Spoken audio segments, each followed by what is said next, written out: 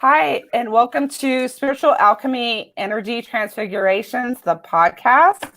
Tonight we have Angelene, Romero Hall, and Tracie Eaves from Crystal Reiki Wellness in Missouri. Andy's from Tahoe, and tonight we're going to be talking about ethics and integrity in alternative healing. I'm going to allow my guests to introduce themselves and what they do and how long they've been doing healing. So we'll start with Tracie. Hi, I'm Tracie Eaves. I'm a Reiki master and spiritual life coach. I've been a Reiki master for about 4 years now. And I'm the owner of Crystal Reiki Wellness. And that's been open almost 2 years. Fantastic. Are you teaching? I have taught. I'm not currently teaching. Okay. Is it Usui? Is it Usui Reiki? Yes. Okay. Angie? All right. I'm Angelene Hall, and I am a holistic lifestyle and success coach based out of Lake Tahoe. And I am actually working on getting my Reiki master right now, my certification. So right now I'm level 1 and 2 Usui Holy Fire Reiki. And I'm also a master NLP practitioner, which is neuro-linguistic programming, and master of mental and emotional release, as well as hypnosis. So those are some of the modalities I've been playing with, as well as Huna. So I'm also a student of Huna, which is a Hawaiian energy work. It's a lineage of 29 years of Huna. So, how long have you been doing the Huna? The Huna has been recently, just more so, I think in January, I did my training for level 1. And I've been an NLP master practitioner for 2 years now. So mostly practicing that and coaching. So it all kind of stemmed from that. But I'm loving Reiki. Awesome. Well, if I think I need to share, because I don't think I've ever really shared on my podcast what I do. If you don't know me, I'm a Reiki master and teacher, which I haven't taught any classes. I don't know if I'll ever get there, but I'm teaching every day. And I do sound healing as well. And I've done a lot of healing, personal healing on my journey. And I've encountered a lot of healers that aren't necessarily ethical in their practice, and therefore don't have integrity. When you're doing alternative healing, we don't have some sort of government regulations, or there are associations out there that you can follow their guidelines, but it comes down to being self-governed and using your own personal discernment. So, what I encountered a lot was just get over it. What do you think about that?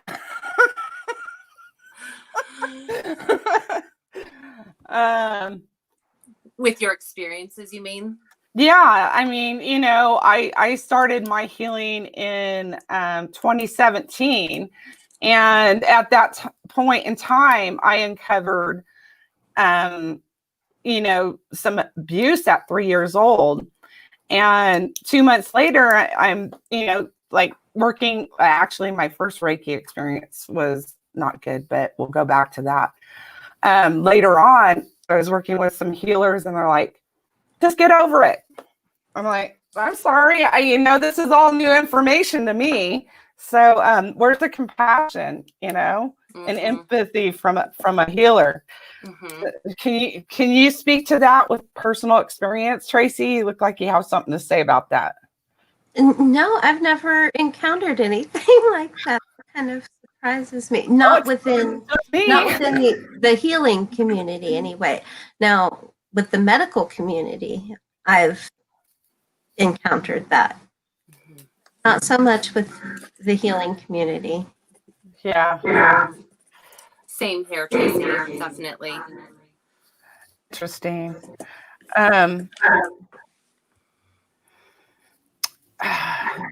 Do you guys have any topics? I'm sure you've have some topics you want to discuss. I know Angie and I have had conversations about this in the past. So,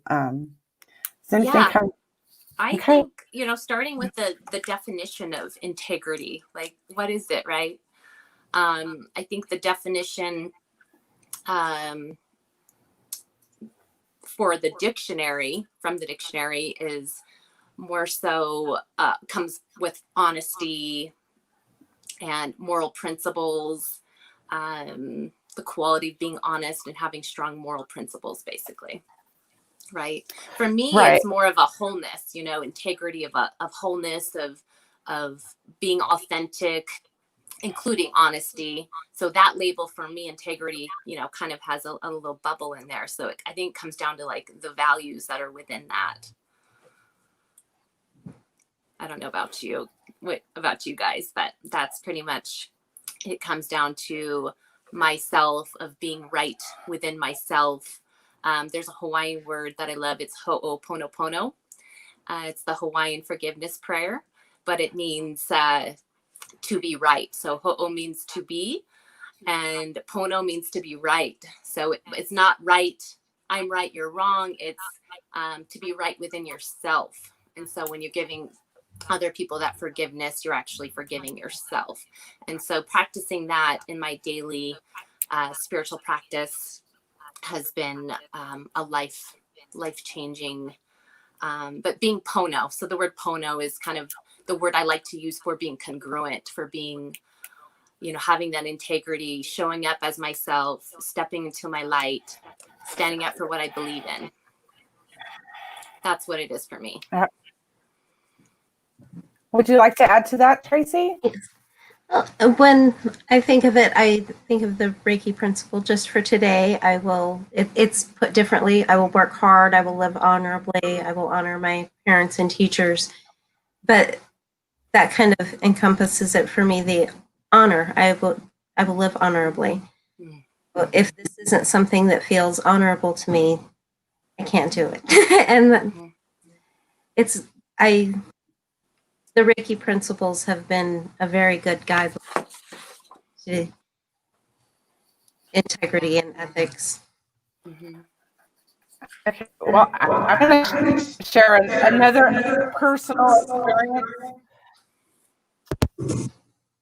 A little echo there, huh? My mic was muted. I'm going to share another personal story. My first experience with Reiki was a friend of a friend, and it was distance. And this friend, she had a lot of psychic abilities. Okay, and she picked up a lot of information from me. Okay, she didn't share that with me. She shared it with my friend. Oh, goodness. Yes, this is my first experience with Reiki. So here I am violated so much and trying to get well. And I felt like it set me back in my healing process. Yeah. But I have since been able to forgive and chalk it up. It's a learning experience. You don't do that to people at all. I mean, I was taught the golden rule, unfortunately. There's a caveat to that, but the golden rule, do unto others as you would have undone to you. Correct? So that's my personal philosophy. So it's just a heart-wrenching story, and I don't wish that on anybody. And I see it when I'm around spiritual people. They read you and they kind of give you like, "Ooh, I know something." I don't know if you've ever experienced that type of behavior with spiritual people. Oh, I know something, but I'm not going to tell you. I don't know. I haven't personally experienced that. I have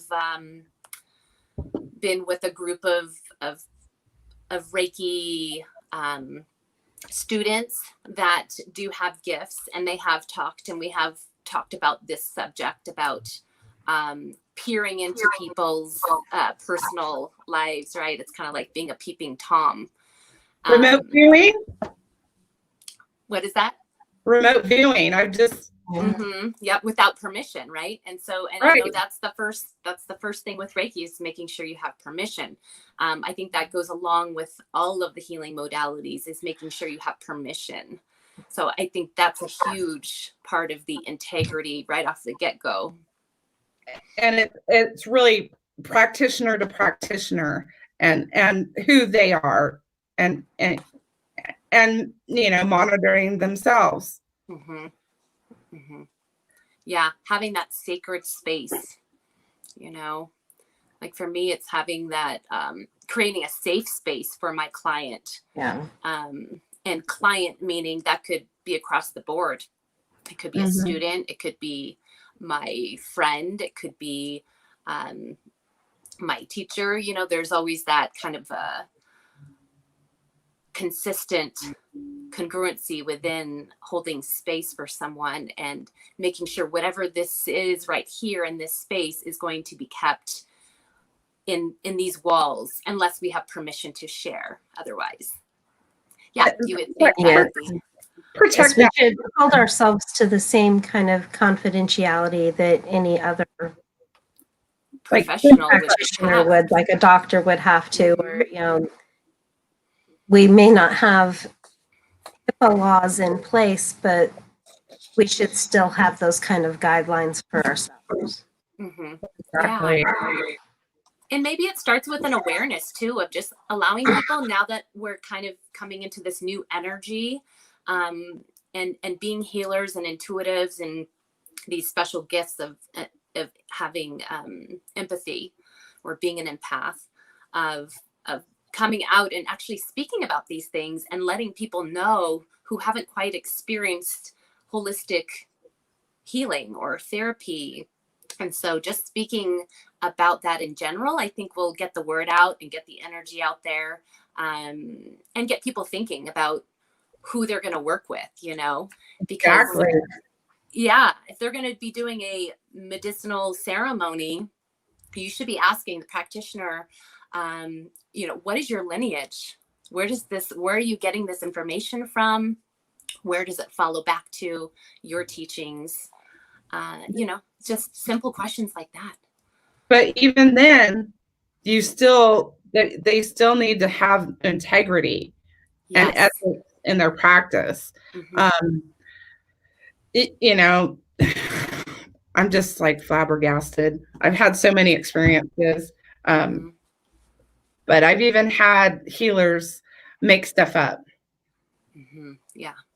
And to give me a story. So that was interesting. And how do you call somebody out on that?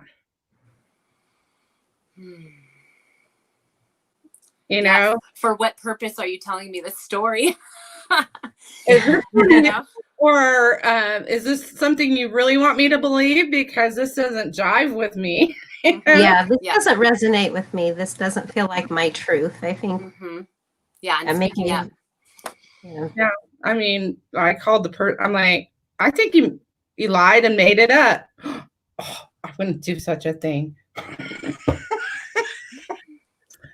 Yeah. And also it could be the person could be thinking that they're intuitive and they're getting this information, yet it may not have anything to do with you. It just may be something that they came across. Yeah. And so, but Something sharing coming those from their own experience. exactly, right? So I It's think that interesting. comes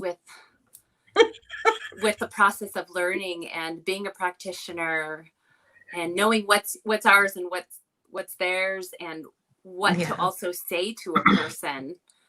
Right. And, it takes time to build up that confidence. It's like, okay, intuitively, when you're working on someone and you're new to Reiki and working on people, and trying to build that confidence, that you're still working with integrity if you have it already, Yes. So I don't know where I was going with that. Yeah. I think just asking the questions, as the person, as the client receiving the healing who wants this outcome, whatever that may be, for their own personal intention, there's also a responsibility for them to not just give their empowerment away. Exactly. Right. So, for me, I like to say this is a do with process. It's not a do to process, because we're working together. This is an energy exchange. I'm working with your energy, your higher self, your source. And I'm not giving you this energy or this, you don't want to just give it away. Everyone has the capability of doing their own healing. We're just, as healers, being the conduit or the container, holding the space for the person. So I think that's really a really good thing to explain to somebody, because we're always looking for the answer from somebody else, yet we really are the ones who know. We're really the ones who do know the truth. We're just being guided. How about being given, I don't know if any of you experienced this, but being given absolutes. This is how you need to heal. Yeah. How do you feel that? about I have come across people who seem to have very clear ideas of how they think someone else should proceed in their healing journey?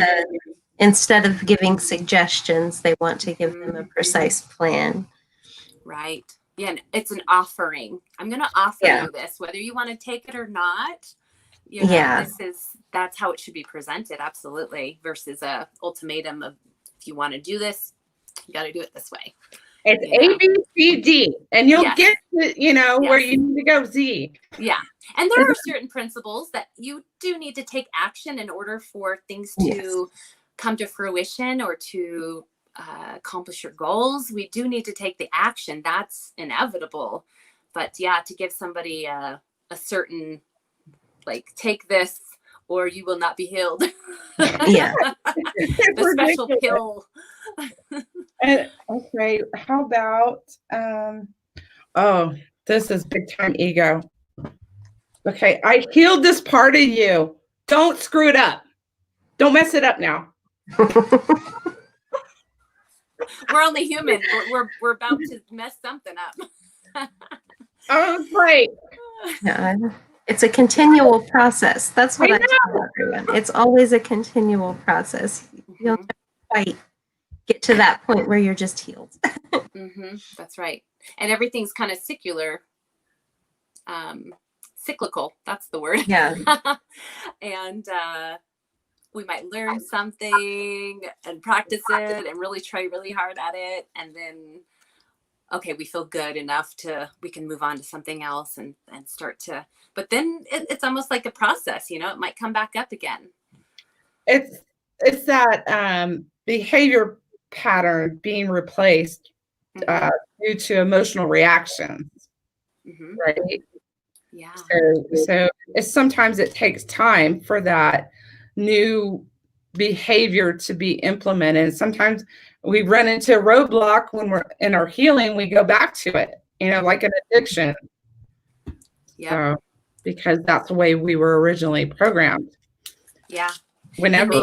And maybe the root cause was never found, In NLP, we always go back to the root cause. And so it's usually between the age 0 and 7 And if you believe in past lives, sometimes it's before that. And so if you aren't grasping where the behavior was decided as a belief, then you're not going to quite heal that or work through that. So it's going to probably come back around again. And like into your adult life and be expressed in different ways in relationships and just in general, you know. Okay, we're kind of got off the topic, but it's bound to happen. It's kind of a, it's kind of a broad thing. We can, go. I mean, ethics can also be in marketing as well as a holistic healer. With people having these marketing, like, are you feeling down? Are you, having pain from not healing or whatever it is they're trying to pull at their heartstrings, Yeah. But you can't, like, I don't know if you've tried to run an ad on Facebook at all, but not to plug them, and I'm not, but you can't even put, like, are you depressed? They are like, you have to be very careful with your wording. You gotta be creative, because they're gonna like, nope, you can't run this ad. Right. Yeah. Yeah. And going into that aspect, I recently, to complete one of my programs, I had to write why authentic marketing is important, so it was an essay on ethics. And it's bringing, if you're going to use that kind of marketing, you're using it in a manner that is going to keep somebody in their victimhood, and so having that victim mentality, and you're just kind of keeping them right there versus like, you do have the power to heal this, what is it that you do want? And so kind of focusing on it's just a reverse way of goal setting, if you will, and so, it comes back to unethical practices. And, I'm here to empower people, not to keep them in their victimhood. Yeah. Can you give some examples of this, advertising with integrity? Just more so, what would you like to accomplish in life? Just using that. Would you like to fulfill your dreams and your goals? What does that look like for you? What's your intention? Something empowering. Forward? Yeah, something empowering. Absolutely. Yeah. What is it that you want?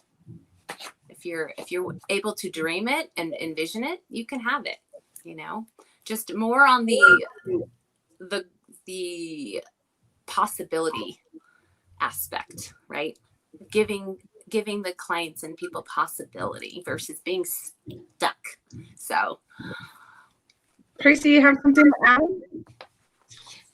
Not on the advertising. There are a couple other ethical situations that keep coming to mind. But please bring them up. Well, one of them that I have encountered a lot is the permission that you were mentioning earlier, Angie. I'm part of a group, and they seem to have a belief that permission is assumed.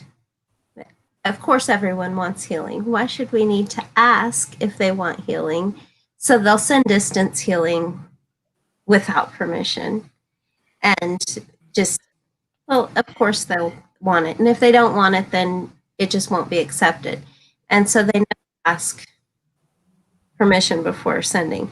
And that's something I feel strongly about for some reason. I really feel that if a person is able to give permission, if they're in a situation that they're comatose or something, I'll discuss it with their higher self, and I'll with the condition, if this is not wanted, let it go to where it is.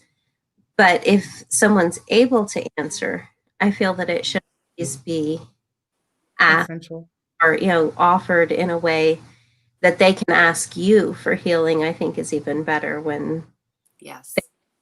searching for it instead of you going to them. But Yeah, it's a what mutual. I've seen very commonly get forgotten with, especially with distance Reiki, distance healing.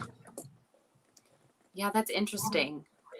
So learning and studying my master Reiki right now, I had read that Reiki works and allows free will still. So even though, you may be sending, so like, for instance, my children, I was told I have permission to send to my children without asking permission, because that's, there's the attachment there. That's a little bit different, right? So yeah, I wonder where that lies within the free will, and what do you think the consequences could be for that? I'm not even sure why it's something that I feel strongly about, other than the fact that I was taught that as I was going through class, that you always get permission first. Yeah, it's something that has never sat right with me. When just feel like it's something you should check, even if it's taking a moment to check with the higher self and to try to make a connection in that way. Permission, but yeah, and I think that could probably come down to your personal values, why you have a little bit of a trigger with it, because it does fall into your values of honesty and integrity, whatever words or labels you use for that, within that bubble of sending and giving, asking for permission. Wow. It goes a lot really close with that remote viewing stuff, boy. That's been on my mind lately. That's just an invasion. Maybe that's part of it too, is when I'm sending someone distance healing, sometimes I will get impressions. They're not real clear, but I do pick up impressions, and I don't want to share that with someone's permission. Exactly. I think the word intention comes up for me. I feel like everything revolves around intention. Like, what is your intention? And so if you do have a good intention, and there are Reiki practitioners out there that are sending it without the actual permission, for what purpose and what is your intention would be my questions. So just knowing, and hopefully it is for the better good. Yes, I'm sure it always is. Okay, you guys, I've got the gamut of like bad healings, but they're all for reasons. So I learned from them. It's making you a better practitioner, and healing and healing for yourself. And so just asking for the lessons, right? So, and maybe just reframing it for yourself, like, why did I attract this to me? Why did this happen, right? And so learning the lesson out of it versus feeling like a victim. So giving forgiveness. It's just a curse. It's a curse, really. It is. In my case. So here's the deal. I got blamed. Okay. I was a victim. I'm not claiming to be a victim now, but I was a victim. And I was blamed by healers that I'm responsible for all of that. Like, you chose this. Well, I was a child. Yeah. Well, and what does that mean? Does that mean that they were telling you, like, your higher self, that was your path? Like, it's part of the curse. Yeah. I think it's all in the way you present it, right? I think sometimes the soul contracts get brought up in a way that sounds very blameful towards people. And also the law of attraction will come out sounding like you are blaming someone for everything if you're not careful with how you explain it. Mm-hmm. That I know for me, that was part of something that happened in my life. So I was falsely accused of something in that lifetime, and I was burned at the stake for it. And so that just like continued all throughout my life, this lifetime. Mm-hmm. So it's being brought up to be healed. Yeah, that's interesting. So what are you doing, Julie, moving forward with working with healers that are have integrity? How do you know when they have integrity? Oh God, it's almost hit and miss. It's like, oh, I screwed up again. No. And start over again. But it's like, I know there's a reason for it. Now I'm just like, I'm working with somebody right now. I really have a lot of faith and respect for this person. And after this, my healing is going to be on me,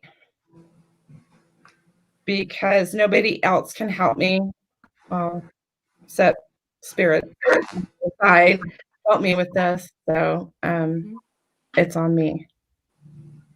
Yeah. I'm not saying that I won't go to another healer, but it's just that's where I'm at in my healing. Yeah. Well, and I think it's also you taking responsibility as well of for yourself, right? It's the cause versus effect and cause. It's like, do you want to keep repeating this pattern, or do you want to stop it and say, okay, it does start with you? Yeah. So I think that's a great statement, and that's somewhere that is where your mindset, I think, needs to begin. Is it always does start with you, right? Because maybe those experiences they were happening for you, not to you. And it's come full circle, and now for you to I need to write it down. It's being recorded. I know, happening for you. It's happening for you. Yes. That's absolutely. Like that. Yes. I like that. Our life is that's very empowering. Yeah. But I feel like that I heard that where it's like, right, Tracie, did you hear it when she said that? It starts with me. And like, how empowering is that to say? Well, I need that. I need that at this point. I'm working on this book, and this is the big piece of it. So it's me going in to get it. Mm-hmm. So yeah, and you're being guided in the right direction. So it sounds like it's gonna start flowing. Yeah. Oh boy! Before this, I'm like, oh my God, I'm getting all this information, and it's just keep going, and I'm like, okay, I'm gonna have to call this psychic again and confirm all this stuff. Did this happen? This is part of my process. So you guys have no idea, and I'm not even going to get into it on this podcast, but I'm writing.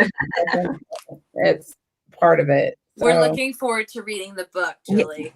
Okay, well, you need to read my first one. Okay, yes. And you have copies of that available? This is available anywhere, almost anywhere. Okay. Not in the store, online. Okay, online. Okay. So if you have Hoopla, the audio version of it's on Hoopla. Back to our discussion. Yeah.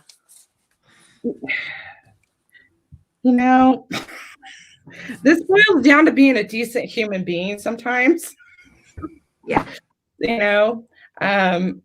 Being dependable, being reliable, being on time, showing up, and doing what you say you're going to do. Exactly. Keeping your word.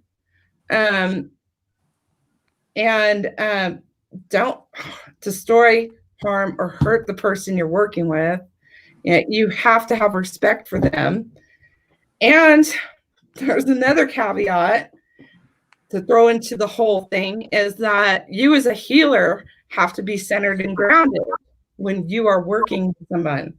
So the self-care and having integrity and, being in a good state when you're working on somebody else is really important. Yes, absolutely. I have heard that people just working with other people and their energies weren't quite aligned, and the other person can sense that.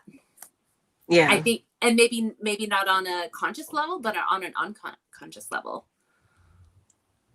Most likely, yes. Yeah. Subconsciously, they're picking it up. Mm-hmm. So that's super, super important. Mm-hmm. Yeah, even working with ourselves. So, obviously, all these holistic modalities, right? We can work with ourselves and practice with ourselves. And even then we need to ask permission. And it's coming from your unconscious mind. In NLP, we ask the unconscious mind. So we come to the problem, the client states whatever the problem is. And then we ask, is it okay with your unconscious mind to release this today and for you to know this consciously? Mm-hmm. And so we do ask that. And it's just a different way, it could be in Reiki. It's asking them for permission to release whatever it is and letting them know we're working with your source. We're working with your higher power, your guidance, God, whatever that label is for you. You just answered my question. Tracie, do you work like that as well? Yes. Yeah. I talk a lot in my sessions. They should be relaxing, but I'm like, hey, is this going on? You're wanting like feedback from them. Exactly. Immediately. Yeah. Yeah. Is this working? I should say, is this thing on? Yeah. And the client doesn't know. They're like, maybe so. And then of course there's always that process of integrating it, which could take a while. At first, when I started doing a lot of healing and working with these tools, I would have like aha moments like 2-3 days later, and I'd be like, wow, okay, there it is. There's the answer, it all just kind of comes together, or the release finally came. And it's like, yeah. Are you talking about working on a client and going, oh, what was that? What was that? Is that what you're talking about? Just in general, with myself, I've noticed I was a slow integrator, I guess, so, and everyone integrates at their own pace. As a client? Client? Yeah, as a client. Mm-hmm. Yeah. Oh, yeah. That's definitely part of the process. What was I going to say?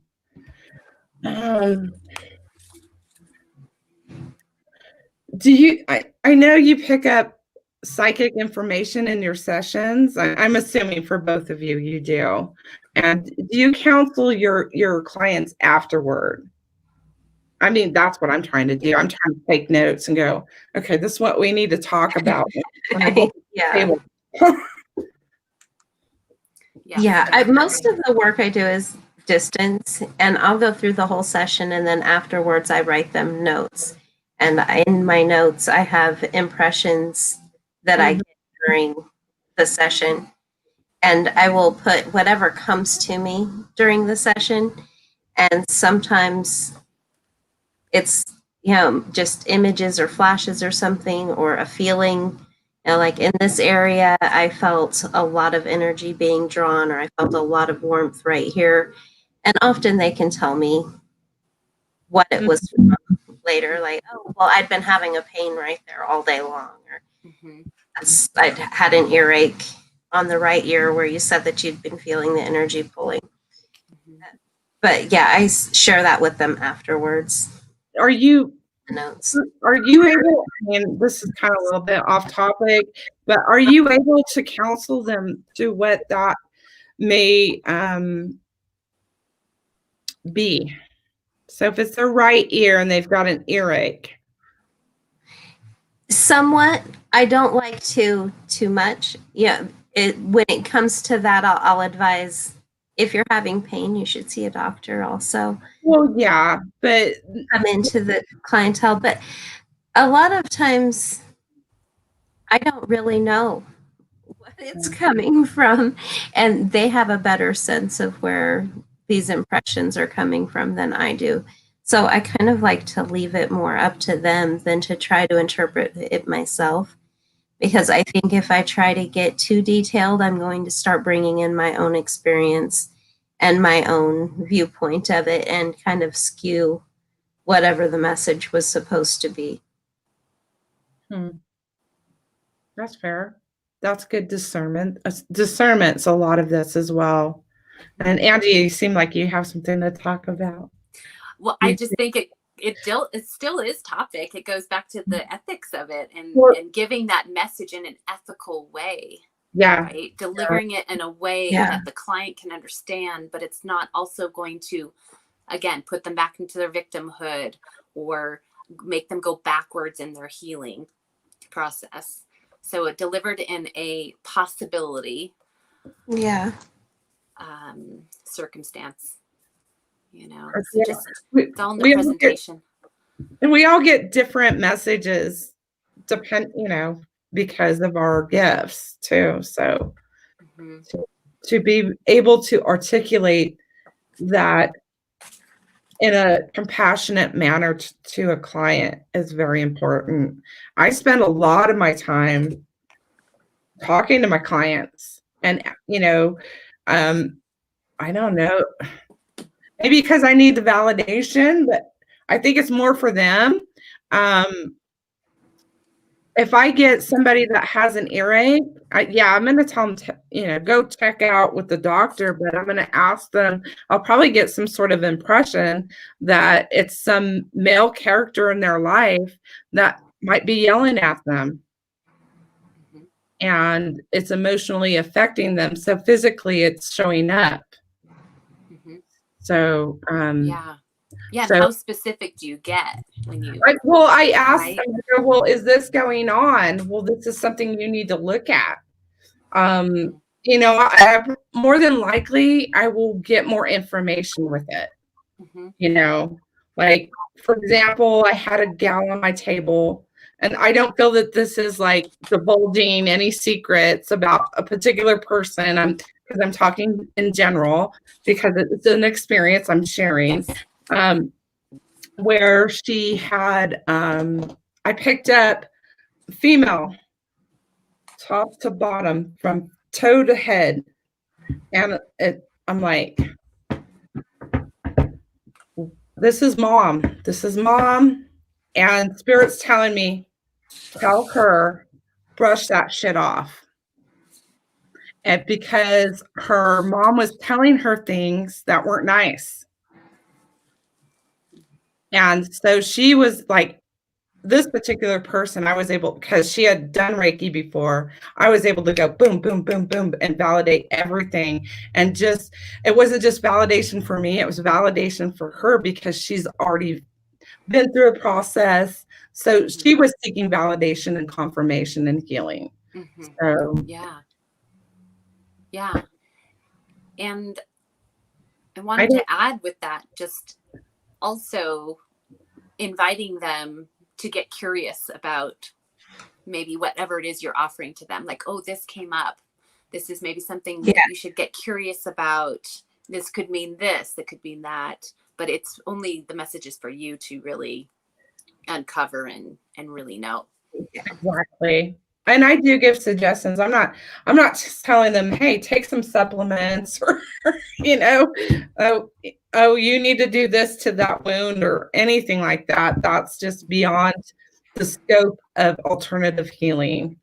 So do you guys have anything else you want to address here on this? I had something in my notes that I wanted to read. and maybe we can go off of that. It says integrity relates to one's choice of action and consistency in application. When you are consistent in actions, there is only one you. You act with consistent principles wherever you are, so people know what to expect. A person of integrity can be trusted, but trusted to do what? That's beautiful. Yeah, I thought that was I was like, wow, okay. Yeah. You should really copy and paste that and send that to us so I can. Okay. And I will. do you have a source for it too? That's awesome. The internet. Yeah. No, I think it's right here off this ethicssage.com. So I'll give them credit. I'll definitely share that with you. And then I can post it in the comments or the description of the podcast. Yes, absolutely. Absolutely. But this is a topic that's really it still pisses me off sometimes. I get so mad.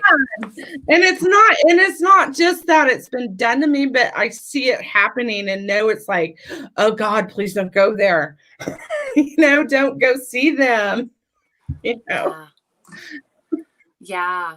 I think it's a good message for us to start getting this out there because like I said, with the way that things are going and people are starting to awaken and they're going to be looking for alternative therapy, healing.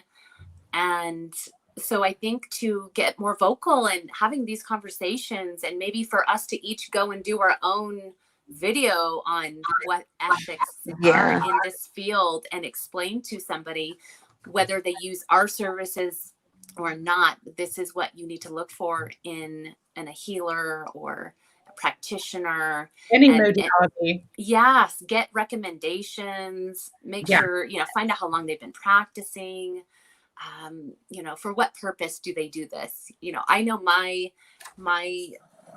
values in business and, my first one is for myself, it's passion and fulfillment. And then it's creativity and freedom. But it's also helping others is right there at the top 5 is helping others. So if that's, I'm driven by that. And so asking other practitioners, for what purpose do you do this? What are you wanting? Is it to fill your ego? Yeah. To be like, I'm a healer. There's a lot of ego out there. Things. Yeah. Yeah. Tracie can speak to that. There's a lot of ego. We know. Yeah. Sometimes we're the egotistical ones too. We got to check yourself before you wreck yourself. Yeah. Yeah. So what's our solution outside of like talking to other healers and clients about this? I mean, do we start a campaign? Do we start a nonprofit? An association of there is the Reiki there's a Reiki association that do have guidelines and standards, but still it boils down. I mean, I've read their stuff and it boils down to self-government. Yeah. Yeah. So because they won't be checking up on you to make sure you're following all those guidelines. Yeah. Right. Yeah. Do we start a website or like have an app? I don't know. We need to get brainstorming on this. I think it's definitely your passion, Julie, on that, getting that pissed off energy into something good. I just want some ideas out there, Yeah, I love it though. I think it's great. I think it's a really good thing to be talking about. Absolutely. And just authenticity, there's a lot of people out there who are trying to be something they're not. And they, like you said, they have the egos and then their shadows are there. That's a whole other topic. Oh, did you see that? And it's like, oh, it's time for me to go. Which I don't ever do. It's like, dumbass. Um, Yeah, so yeah. let's get together and come up with some brainstorming ideas on what we can do. But I think this is the first. I think we're on the right track right here. Right. Just getting it out there and hey, people, you know, you need to like step back and look at, you know, maybe from a client's perspective, how am I treating my clients? Mm-hmm. You know, Yeah. what am I doing? So Yeah, it's like going to get surgery. Are you just gonna like flip open or I should say, I was gonna say a phone book, but no one really knows what a phone book is anymore. it's But gonna be the digital phone book of the interweb. Yeah.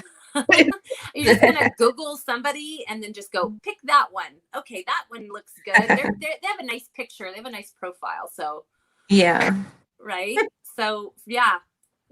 For what purpose are you just gonna randomly pick someone? So yeah, there has to be a connection. Yeah. There should be some sort of consultation, making sure that they feel connected and right, but that they're not pulling at their heartstrings and telling them, oh, I will heal you, I will help you, you know, and guarantee, because that's another unethical thing to say, is that promising false promises and You white can't lies. promise anything. No, because it does come back to the individual for them Exactly. to want that for themselves, right? Yeah. and Yeah, they have to be ready to commit to healing. Yeah. and there's another piece of that is when a client comes in and they have an intention to heal something, that may not necessarily, I mean, being clear with the client, right? I will try to focus on your intention that you know, wish me to do, but something else might need to come up. And typically it's something else that'll come up. Mm-hmm. Yeah. So, Yeah. They might not even consciously realize what it is. exactly. Yeah. Yeah. And another thought popped up, just going back to checking for the person's integrity, of having people set up like a call with the person. So, and in setting up that appointment too, like when they call you back or you have a set time, are they on time, first of all, right? You know, do they hold to their word of what they've already established with you? So just going from that alone. Yeah, I'm finding as a client, on the client side, is that it's very important anymore where I'm at, and probably anywhere in the healing stage, there should be a standard of having a free consultation, you know, Yeah. with that client on the phone. And that way they also get a feel of who you are in your voice. I mean, we pick those signs up subconsciously that, Yeah. oh, this is a good match or this isn't a good match, Mm-hmm. you know. Absolutely. Yeah. So I was going to say, in communication, the meaning or the breakdown of communication is actually 7% words. So only 7% of communication is words. 38% is actually tone in your voice. And then 55% is actually body language. So I learned that right out the get-go in my NLP courses, and I was so thankful for that. And so working with the client, being able to see each other, because you can see their body language, you can also hear their tone, and then hear their words. But really, it does come down to, that's communication. So going back to Facebook or these other social media platforms where they're just words, you're not hearing the tone and you're not seeing body language. So that's why a lot of things are being taken out of context and a lot of miscommunication is happening. So I think this sort of medium of seeing each other using this platform, I'm not sure the name of, is it StreamYard that you're using? It is StreamYard, but it's live streamed to YouTube and Facebook and wherever else. Well, right now, on YouTube. Yeah. So you're ahead of the game, Julie. Just saying. Yeah, I have some help from some wonderful guests, that's part of it. And that was my whole intention, is to bring healers together in a platform, a discussion platform, to share with people that might be interested in seeking spiritual healing, or are interested in a spiritual healing or spiritual topic, that, and it connects them with, they'll see somebody on here and go, oh, I think I'm going to call them. I think I'm going to connect and get some healing from them because I really liked what they had to say. I like their advertisement. Yeah, they're yeah. So that, I just, I'm so grateful I've been fortunate to be able to do this, And Me too. Thank you for having us. Yes, thank you. I guess we're pretty much done. There was something else I wanted to ask. I was going to ask you, ladies, so if going into this discussion of integrity and ethical work, what's the one advice, if you can give one advice to somebody who hasn't experienced Reiki or a holistic modality, what would be the first tip you would give them in regards to ethics and integrity? Someone who, if I was talking to another practitioner or a client, A potential client. I think, yes, somebody who, it may not even be a potential client for you, but a potential client for somebody. Someone. What would you say to them if they were going to go look for a holistic practitioner in Reiki or psychic healing? To remember that they are responsible for their own healing, and if anyone tells them that they can cure them, they need to go somewhere else. That's good advice. That's really good. How about you, Julie? Come see me. I'm the real deal. I'm the shit. I'm joking. I know you are. You're so funny. No, honestly, I would like to sit down and talk with them, and tell them my experience, and I have done that on many occasions. It's like, mine wasn't the normal type, but this is what happened to me. And this is how I work. I have, moral principles. I do unto others as I would have done unto me. And I'm a nice person, but I don't do mean things. I don't spy on people. Yeah. But basically, I would want to sit down and talk with them, and that's. Yeah. So. I agree, Julie. Your experiences are a gift for other people, and they do need to know that. One day there are people out there who don't have integrity. So it's just so sad. It makes me angry, and I want to cry because I'm just so frustrated by it. I know, I'm frustrated with you. It's like, who are these people? I know we're like this angry ball. Like Pigpen from yeah. I'm going to put them on my Ho'oponopono stage and forgive them. Because you wouldn't be where you're at, right? Without them. And we wouldn't be having this conversation. Exactly. So, thank you for those people without integrity, so we could have discussion about. Yes, to bringing it to light. Stage to light. Yes, absolutely. Yeah. I think my tip for somebody would just be to,